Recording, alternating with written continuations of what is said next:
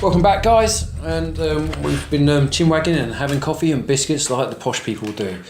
So in the first half we got to know Philip a little bit better, and we touched briefly on all realms of the paranormal and the UFO journey he's at now.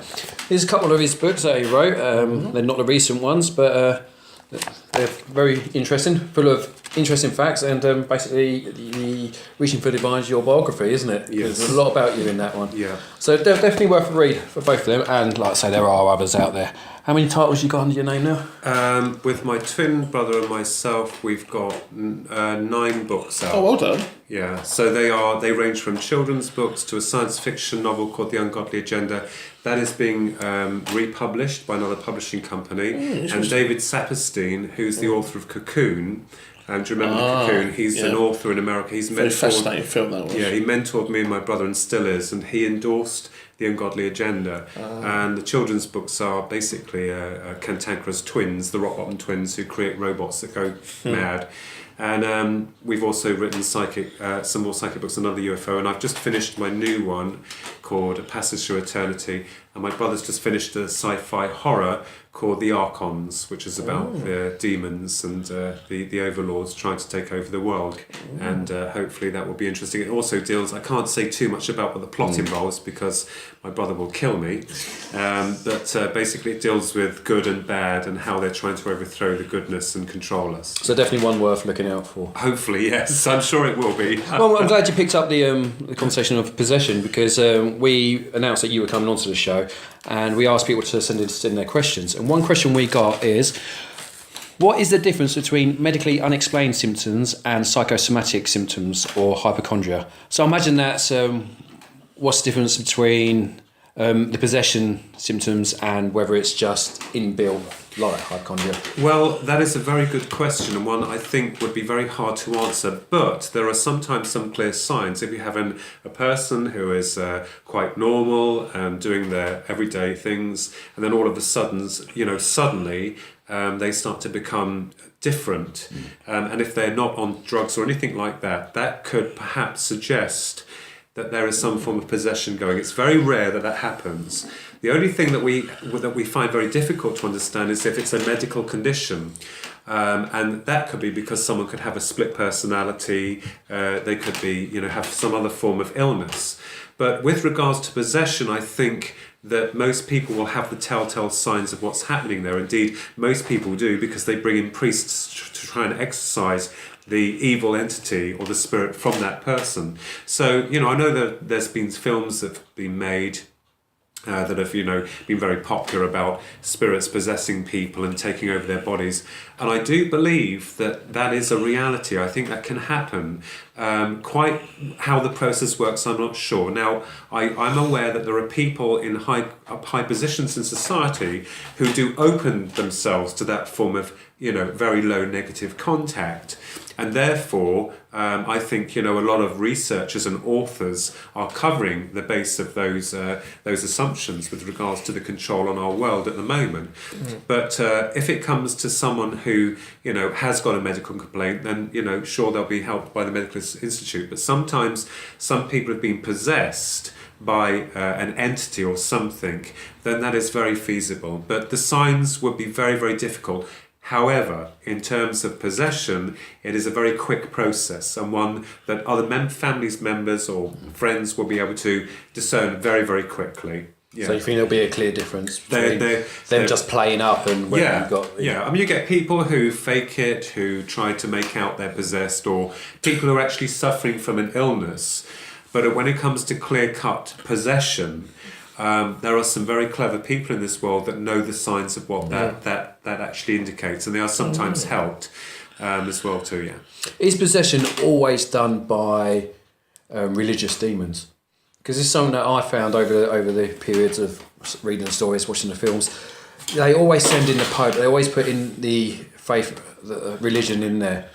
But what if that demon weren't religious, and the effect of God wouldn't have no...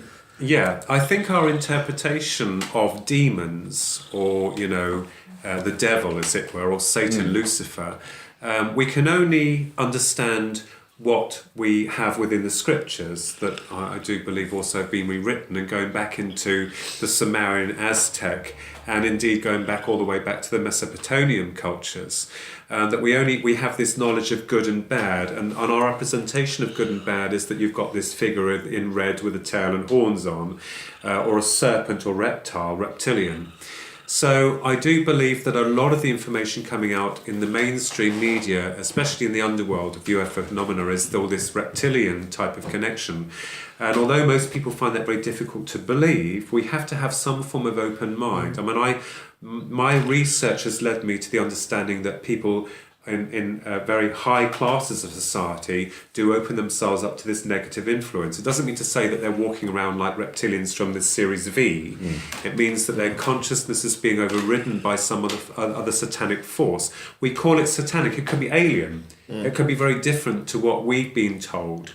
So it's underlining, originality, or the reality of it may be very different from what we've been led to believe. We can only say it's like demonic or reptilian because they're the only things that we have to explain what we're dealing with.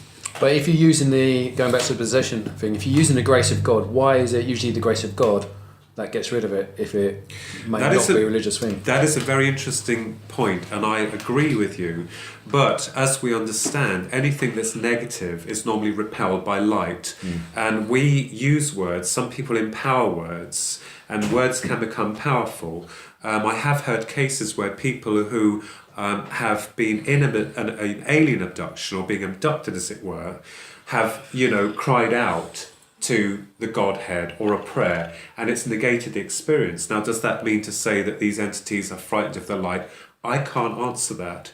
But what I do know is that there's good and there's bad. And from my own experience, from what I had happen to me back in 1989, told me that whatever these things are, they're not good. And that's my own personal experience. And only because of, I'm not speaking for all of them, I can only speak for the experience that I had, that was negative. And there were 3 reptilians there as well. That we couldn't see their presence at the same time. Yes, as well as a grey there was as well too. But as I said, that's a whole... That's was it like a hierarchy in some respects, did you feel?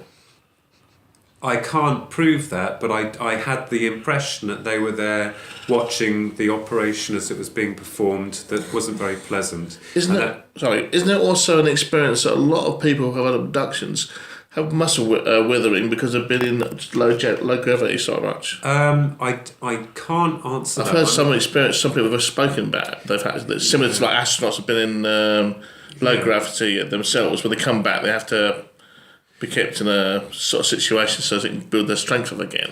Yeah, the only thing I can say is that the experience that I went through was horrifying. Oh yeah, and left me with quite a very big question mark about what we are actually dealing with. As with regards to the 3 reptilians that I couldn't see very clearly, but they were reptilian, were behind steam because the room was very hot. And also the publishers wanted me to negate part of what happened on that experience because of credibility, and I decided to omit it. However, in my new book I put it all in there. And I had a triangular mark behind my the typical ear. Icon mark with the tracking device I've got perhaps, marks or here, and I found it very difficult to walk. For a while, and I suffered intense nosebleeds. But I was rather more intrigued afterwards about what they were, and I kind of put that to one side. And that was a horrible experience. Oh yes, of course. And then when I found out there are other people that have had similar experiences, okay, you get cranky people who believe this has happened to them and they're taking on board a craft every day of the week, or they're talking to the beings every day.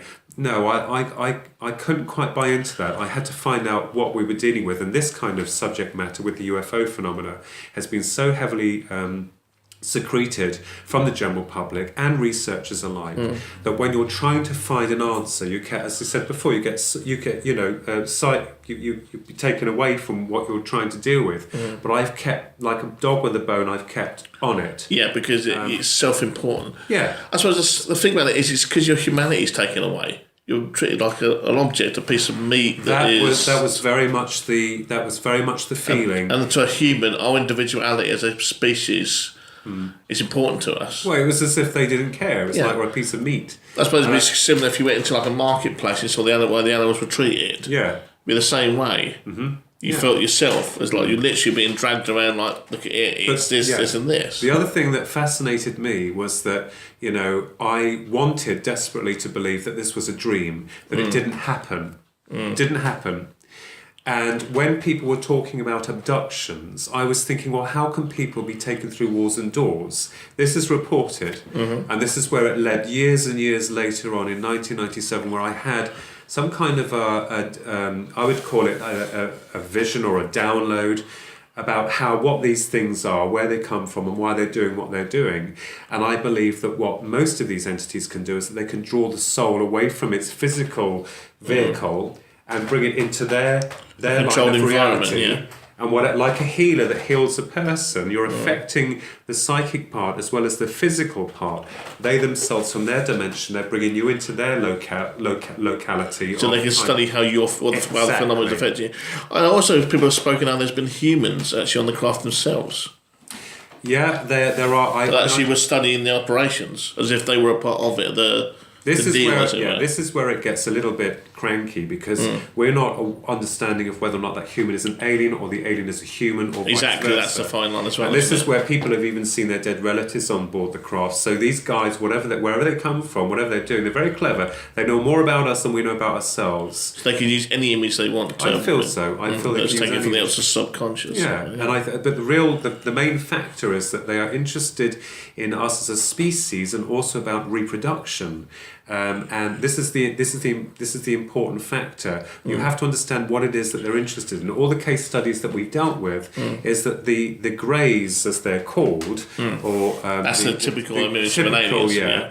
Is that they are interested in reproduction, and most people just they create these hybrids. But I believe it goes further, because there is some element of a soul issue involved with that. Because I believe that we are sentient. Maybe that's what they can't create themselves. Maybe they live without a soul. Exactly. They're beyond it, so they're trying to find how a soul's created. Yeah, and by studying the human body, perhaps, if you see it as a soul. Yeah, and I believe that because we, as natural conceived human spiritual beings, are within creation, I believe that these beings are outside the field of creation and want back in again. There is something we have that they do not. They don't understand about time, colour, aging, taste, emotions. It's almost as if they're completely stripped and devoid of those elements. As if they gave it up a long time ago and they've forgotten what it is. Exactly. Even the simplest things is alien to them. Yeah. But remember also that on they can't reproduce themselves. Exactly. So where do they come from? Exactly. There's been the hypothesis that they're androids. Okay, possible, but why would you send an android through space to observe humanity and do these experiments? I think you need something that's got a little spark of something. And I don't believe that the Greys are androids. They may take on the form of this, or like puppets. There's also meant to be a lower form of species, the sort of like more brown species. It's like a small lot. They're like Greys. It's mentioned in the book Communion. Have you ever heard of it? I've heard of Communion, Whitney Strieber, yeah. Yeah, there's also mentioned the smaller species as well. They're the sort of the lowest of the low. They're the ones that do all the moving around. Well, yeah, I didn't see any of those. I so just saw one creamy grey, 3 reptilians, and another. But they're the ones that are actually the low. They're just the dirty crap stuff, you know. Yeah. So reptilians, aliens, androids, and arseholes. What's your thought on it? Moving on to our next question.